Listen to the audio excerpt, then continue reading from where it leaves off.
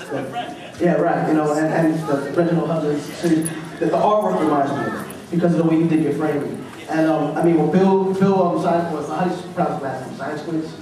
Science, yeah. When he did, yeah, Sienkiewicz. I can't even pronounce the damn thing, but I know who he is. He's one of my favorite artists. And he did the EPMD cover. He did a Public Enemy cover. You know, Mark Texera did the Public Enemy cover.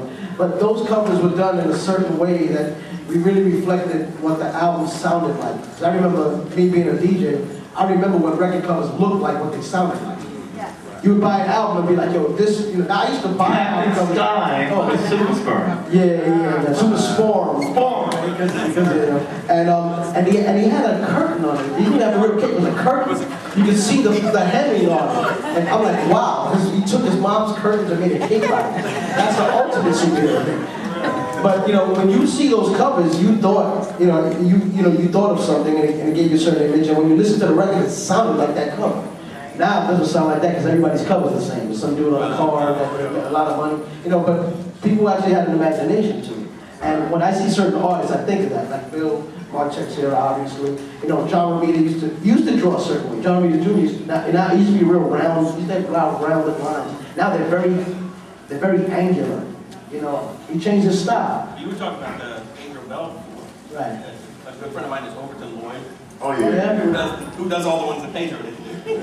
But I miss those days of like albums that you would open up. Yeah, exactly. Everybody used to have a comic book in the middle of their album. Well, I think one of the reasons was that, you know, music was an audio then visual thing, and the visual thing would be added to your imagination. But ever since, you know, this is debatable, since 1981 when MTV came about, you know, it immediately was the beginnings of a visual audio age. And then on the visual component, for example, my youngest daughter is 16, and she doesn't recognize a song just by the audio offering.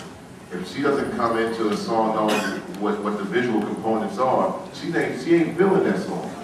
So it's a visual audio age, but other things in the visual side are filling in. So I mean, maybe the audio has to catch up to actually add to, because it's a different imagination now. Well, no, the video I think has to catch. The video has, now there's video templates. They do the video, and then they throw whatever songs in there, and regardless of whether it matches what's happening.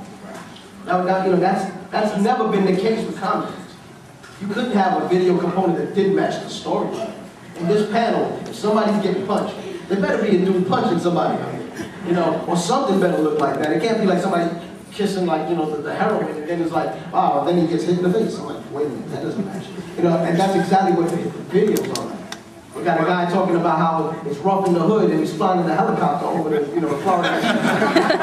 How hard is it in the hood to be flying over the Florida Keys in a helicopter? Well, help me out. Maybe this panel can help me out, and maybe Mr. Moderator can help me out. You know, at post-1995, there was a lot of storylines that kind of lost me, because I knew the 60s had a style, the 70s had a style, but somewhere in like the late 80s and the 90s, you know, you would look at panels and you would hear, you know, kind of read dialogue, which would be scattered, and many comic books, and the style lost me.